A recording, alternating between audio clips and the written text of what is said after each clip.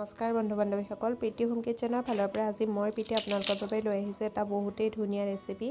এই ৰেচিপিটো আমাৰ সকলোৰে বহুতেই প্ৰিয় হয়, বিশেষকৈ সৰু ল'ৰা ছোৱালীবিলাকৰ কাৰণে বহুতেই ভাল ৰেচিপি এটা লৈ আহিছোঁ মই। ৰেচিপিটো কি হৈছে আপোনালোকে থাম্বনেইল চাই গম পাইছেই, কিন্তু মই তেতিয়াও কৈ দিছোঁ, মই এইটো নাচোচ বনাইছোঁ, মানে চিপছ।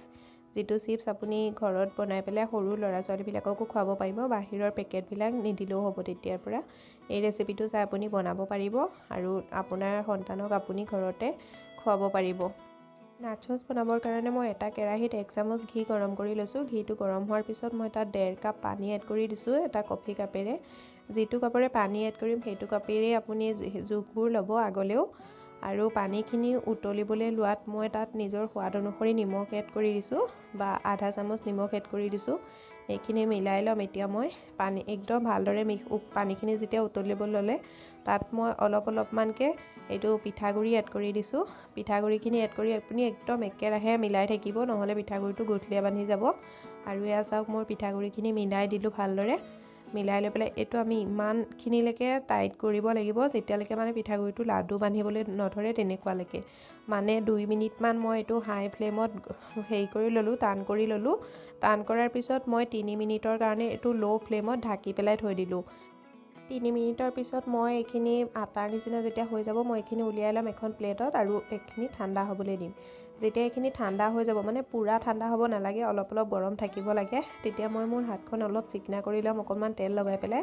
তাৰপিছত এইটো পূৰা জোৰেৰে মানে একদম ভালকৈ মানে আটা সানি ল'ব লাগিব। একদম এইটো মানে অকণো বেয়া হ'ব নালাগিব, মানে স্মুথ যোনটো আমি পুৰিৰ কাৰণে মানে আটা লগাওঁ ন, তেনেকুৱা ধৰণৰ হ'ব লাগিব।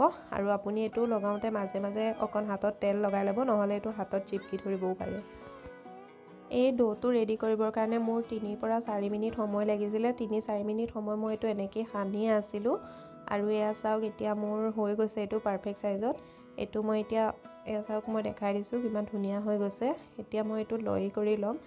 এইটো যিমান পাৰে যিমান ভাগত ভাগ কৰিব পাৰে আপুনি সৰু ডাঙৰ হিচাপত কৰি ল'ব পাৰে। মই 4টা ভাগত ভাগ কৰি লৈছোঁ। এইটো দৈকেইটা ভাগ কৰাৰ পিছত মই এইটো এতিয়া হাতত এটা লৈ ল'ম। লৈ পেলাই এনেকৈ একদম পূৰা স্মুথ কৰি ল'ম, মানে হাতৰ তলুৱা দুখন দি একদম মিহি কৰি ল'ম, মানে এনেকৈ গোল কৰি ল'ম।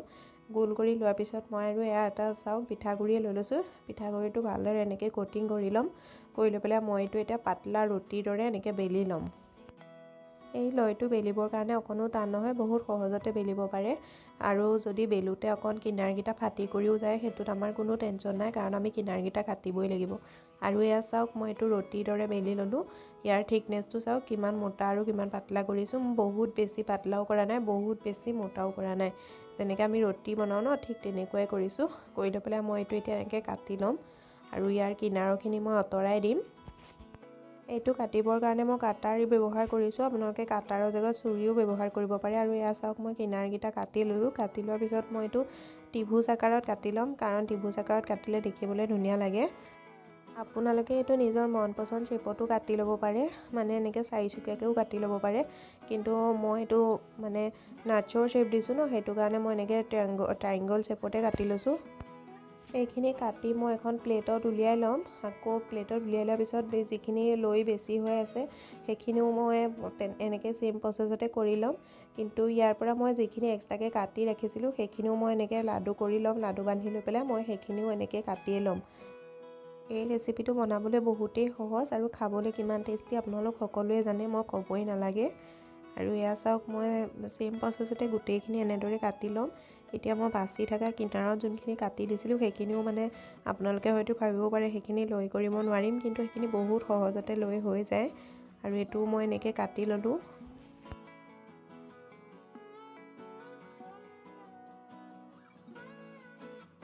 আৰু এয়া চাওক, চেম প্ৰচেছত মই গোটেই চিপছখিনি কাটি ল'লোঁ। ইয়াৰ থিকনেছটো চাই লওক এবাৰ। আৰু মই এতিয়া এইখিনি লগতে কৰিবলৈ পাহৰি গ'লোঁ আপোনালোকক দেখাবৰ কাৰণে। পিছত মই এখন প্লেটত এনেকৈ অলপমান চিপছ উলিয়াই লৈছোঁ, যিকেইটা মই ফ্ৰাই কৰিম আৰু এবাৰত। সেইকেইটাত মই এখন কাটা চামুচ লৈ লৈছোঁ। কাটা চামুচে এনেকেইটা ফুটা কৰি দিছোঁ, নহ'লে মানে কি তেলত দিয়াৰ লগতে ফুলি যাবও পাৰে ন, মানে ফুলিবই পুৰি নিচিনাকৈ। আৰু এইটো ফুলি নাযাবৰ কাৰণে মই এইটো এনেকৈ ফুটা কৰি লৈছোঁ। আনফালে এটা কেৰাহীত মই তেল গৰম কৰি ৰাখিছোঁ। তেলটো একদম পূৰা গৰম হৈ যোৱাৰ পিছত মানে পূৰা ধোঁৱা ওলাই যোৱাৰ পিছত মই ফ্লেমটো 2-3 মিনিটৰ কাৰণে মানে একদম ল' কৰি থৈ দিছোঁ, মানে তেলটো অলপ ঠাণ্ডা হৈ যোৱাকৈ। তাৰপিছত মই এইখিনি এড কৰি দিছোঁ, এটা এটাকৈ এড কৰি পেলাই মই 3-4 মিনিটৰ কাৰণে আলট পালট কৰি পেলাই মই এইখিনি ফ্ৰাই কৰি ল'ম। চিপছখিনি ফ্ৰাই হয় মানে আমি চিপছখিনিৰ কাৰণে মছলা বনাই লওঁ। এয়া মই 2 চামুচ মেগী মছলা লৈ লৈছোঁ। আপোনালোকৰ ঘৰত যি মছলা আছে তাকে ইউজ কৰিব পাৰে। আৰু মেগী মছলাখিনিৰ ওপৰত মই 1 চামুচ ৰেড চিলি পাউডাৰো এড কৰি দিছোঁ। এইখিনি মিলাই ল'ম ভালকৈ।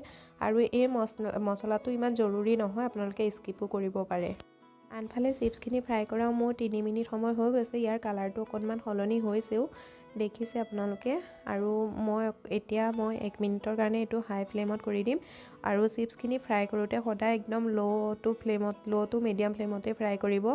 মানে যদি আপোনাৰ কেৰাহীটো অকণ ডাঠ হয় তেতিয়াহ'লে ল' টু মিডিয়াম কৰি দিব, আৰু যদি পাতল হয় একদম ল' ফ্লেমত কৰিব। আৰু যোনখিনি এক্সট্ৰা আছিলে সেইখিনিও মই এড কৰি দিম এনেকেই তেলত।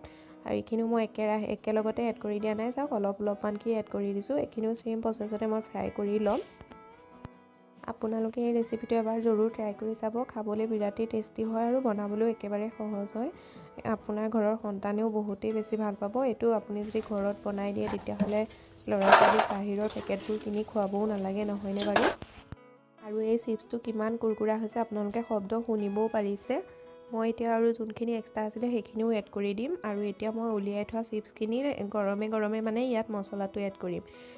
এইটো ধ্যান ৰাখিব লাগিব যে মছলাখিনি আপুনি যেইবাৰ উলিয়াই সেইবাৰেই এড কৰিব লাগিব। একেলগে এড কৰিম বুলি থ'ব নোৱাৰিব। একেলগে এড কৰিলে মছলাটো কেতিয়াও মিলি নাযাব মানে। আৰু এয়া চাওক মই এটা চিপছ ভাঙিও দেখাই দিছোঁ, কিমান কুৰকুৰা হৈছে আপোনালোকে দেখিছেই। মোৰ এই ৰেচিপিটো কেনেকুৱা লাগিছে, যদি ভাল লাগিছে ভিডিঅ'টো লাইক কৰি দিব, শ্বেয়াৰ কৰি দিব, চেনেলটো ছাবস্ক্ৰাইব কৰিব। আৰু লগতে বেল আইকনটো প্ৰেছ কৰি দিব এনেকুৱা ভিডিঅ'বোৰ আগলৈও পাই থাকিবৰ কাৰণে।